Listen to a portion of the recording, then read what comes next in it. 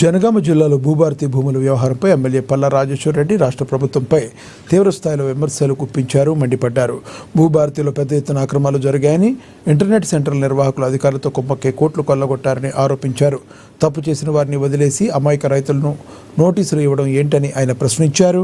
అధికారుల నిర్లక్ష్యం వల్ల రైతులు భయభ్రాంతులకు గురవుతున్నారని ప్రభుత్వం తక్షణమే స్పందించాలని డిమాండ్ చేశారు. 15,000 రూపాయలు చాలాన్ ఉంటే 1,500 రూపాయలు గవర్నమెంట్కి పే చేశారు. 20,000 రూపాయలు పే చేస్తే 2,000 పే చేశారు. 32,000 రూపాయలు ఉంటే 3,200 పే చేశారు.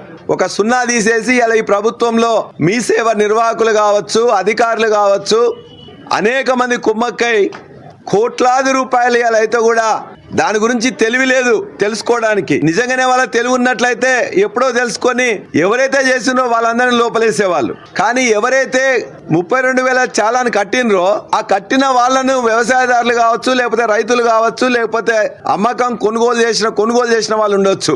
వాళ్ళని వాళ్ళ మీరు మళ్ళా ఆ 32,000 3,200 వచ్చింది, మిగతా డబ్బులు కట్టమని అడుగుతున్నారు. వారికి నోటీసులు ఇస్తున్నారు. వారు కట్టినరు, చాలాన్ చూపించిండ్రు.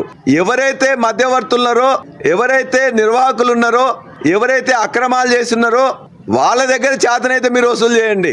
అంతే తప్ప కొనుగోలు చేసిన వాళ్ళకి నోటీసులు ఇవ్వడం అంటే ఇవాళ దొంగలను వదిలిపెట్టి మిగతా అమాయకులను పట్టుకోవడం అనేది సరైనది కాదు. ఇందులో నిజంగా దీనికి బాధ్యత వహించాల్సింది మంత్రి గారు తను ఆలోచించుకొని తను ఏం చేయాలని ఆయన విజ్ఞతకు నేను మొదలు వదిలిపెడుతున్నా. రేపు చర్యలు ఏం చేస్తారో చూసిన తర్వాత మళ్ళీ నేను డిమాండ్ చేస్తా. ఇవాళ మాత్రం ఇమ్మీడియట్గా ఎవరైతే కొనుగోలుదారులు ఉన్నారో వాళ్ళని ఇబ్బంది పెట్టవద్దు. ఎవరైతే మధ్యవర్తులు ఎవరైతే చేసినరో, ఈ అక్రమాలు చేసినరో వాళ్ళను పట్టుకోండి. చేతనైతే వాళ్ళ దగ్గర వసూలు చేయండి. వాళ్ళకు అనుకూలించిన మీ రెవెన్యూ డిపార్ట్మెంట్లో ఉండే అధికారుల అక్రమార్కులను గుర్తించండి. ఇటువంటి జరగకుండా ఆ భూహారతిలాగా మారిందో ఆ భూభారతిలో మార్పులు తీసుకురండి.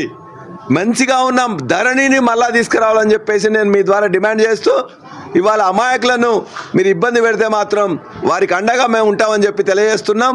ఖచ్చితంగా అక్రమార్కుల దగ్గరనే డబ్బులు వసూలు చేయాలని చెప్పి కోరుతున్నాం.